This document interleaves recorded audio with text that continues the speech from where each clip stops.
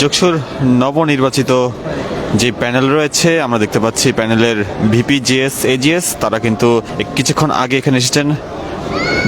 বেগম খালেদা জিয়ার যেই কবরটি রয়েছে সেই কবর তারা জিয়ারত করতে এসেছেন। আমরা সরাসরি আপনাদেরকে দেখানোর চেষ্টা করছি।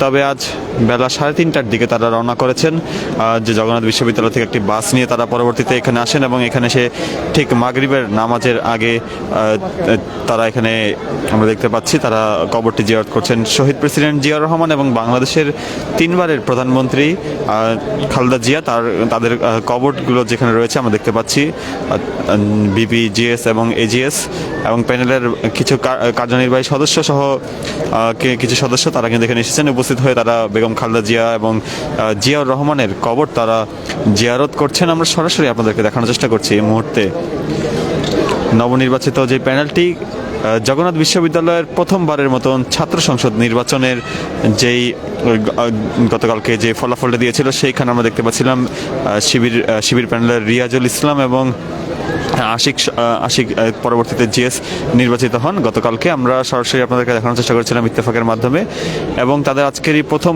কার্যক্রমে আমরা দেখতে পাচ্ছি বেগম জিয়া এবং শহীদ প্রেসিডেন্ট জিয়াউর রহমানের যে কবর সেটি জিয়ারতের মাধ্যমে তাদের এই কার্যক্রমটি শুরু হলো এবং কিছুক্ষণ পর তারা শহীদ শরীফ ওসমান হাদির কবর তারা জিয়ারত করবেন এবং পরবর্তীতে তারা তাদের যে জগন্নাথ বিশ্ববিদ্যালয়ের যেই ছাত্র সংসদের যে তারা যে দায়িত্বটি পেয়েছে সেই দায়িত্বের পরবর্তী কার্যক্রম তারা বাস্তবায়ন করবে। আমরা সরাসরি দেখানোর চেষ্টা করছি দর্শক।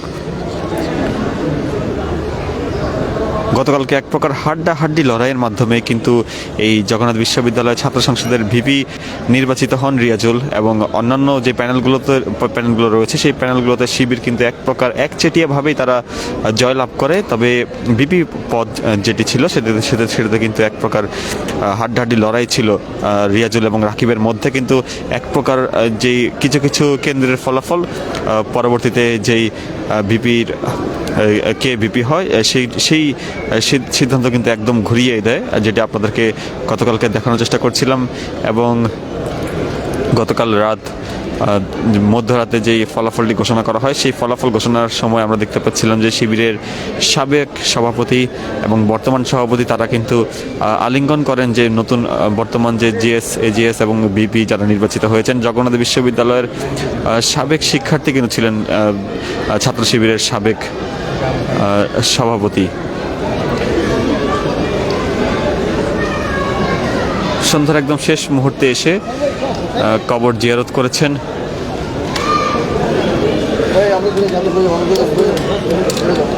এবং কবর জিয়ারত শেষে সাংবাদিকদের সাথে কথা বলবেন নবনির্বাচিত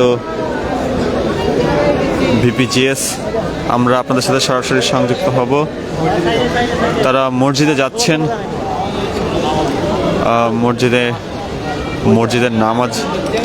মসজিদের নামাজ পড়ে তারা সম্ভবত এখানে এসে সম্ভবত তারা সাংবাদিকদের সাথে কথা বলবেন। কিছুক্ষণ আগেই দর্শক আপনাদেরকে দেখানোর চেষ্টা করছিলাম জিয়াউর রহমান এবং শহীদ রাষ্ট্রপতি জিয়াউর রহমান এবং বেগম খালেদা জিয়ার যে কবর সেই কবর তারা জিয়ারত করে